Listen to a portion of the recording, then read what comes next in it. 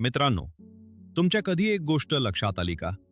काही लोक बदल सुरू झाला की हसतात, बदल वाढू लागला की दुर्लक्ष करतात, आणि जेव्हा तोच बदल यश देऊ लागतो तेव्हा म्हणतात, अरे हे तर मला आधीपासूनच माहीत होतं.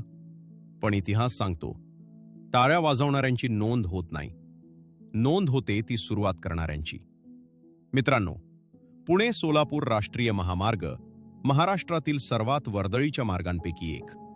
रोज हजारो माणसं, हजारो कुटुंब आणि हजारो स्वप्न या रस्त्यावरून प्रवास करत असतात. अलीकडेच सहजपूर, उरुळी कांचन, तालुका दौंड येथील 9 स्टार हॉटेल अँड लॉज येथे जाण्याची संधी मिळाली. आणि तिथे मला एक विचार भेटला, दूरदृष्टीचा विचार. काही दिवसांपूर्वी मी नरसोबाच्या वाडीला गेलो होतो. खूप छानच दर्शन झालं. पण कधी कधी देवळात फक्त देवाचंच दर्शन होत नाही, काही माणसंही भेटतात जी विचारांनी मोठी असतात. तिथेच माझी भेट झाली श्री सुनील खोमरे पुजारी यांच्याशी. काही मिनिटांच्या संवादात जाणवलं, हे गृहस्थ आजचा दिवस जगत नाहीत, ते उद्याची तयारी आज करत आहेत.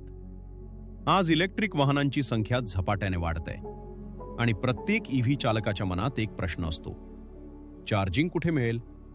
हा प्रश्न फक्त बॅटरीचा नसतो, तो वेळेचा असतो, तो सुरक्षिततेचा असतो, तो कुटुंबाच्या विश्वासाचा असतो. कारण प्रवासात गाडी थांबली तर फक्त वाहन थांबत नाही, मनातली चिंता सुरू होते. लहान मुलं सोबत असतात, कुटुंब सोबत असतं, आणि मग सुरू होते चार्जिंग स्टेशन शोधण्याची धावपळ. ज्यांनी हा अनुभव घेतला आहे त्यांनाच त्याची खरी किंमत माहिती असते. मित्रांनो, याच गरजेची जाणीव सुनील खोमरे पुजारी साहेबांना झाली आणि म्हणूनच त्यांनी आधुनिक ईव्ही चार्जिंग स्टेशन सुरू केलं.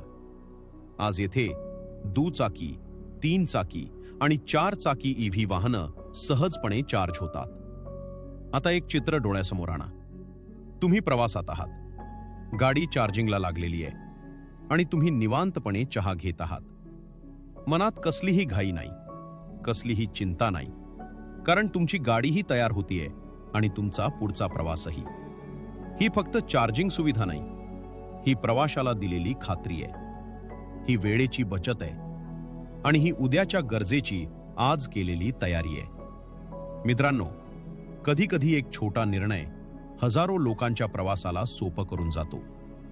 काही लोक व्यवसाय उभे करतात, पण काही मोजकी माणसं लोकांच्या आयुष्यात सुविधा उभ्या करतात. वर्षांनंतर मशीन बदलतील, तंत्रज्ञान बदलेल, वाहनं बदलतील, पण लोकांना आठवण राहील त्या लोकांची, ज्यांनी गरज ओळखून वेळेआधी पुढाकार घेतला. भविष्याची वाट पाहणारे अनेक असतात, पण भविष्य घडवणारे मोजकेच असतात. आणि म्हणूनच आज येथे फक्त वाहनं चार्ज होत नाहीत, इथे प्रवाशांचा विश्वास मजबूत होत आहे, इथे सुरक्षिततेची भावना निर्माण होत आहे, इथे वेळेची किंमत जपली जात आहे आणि इथून सुरू होत आहे उद्याच्या भारताचा एक नवा प्रवास. धन्यवाद.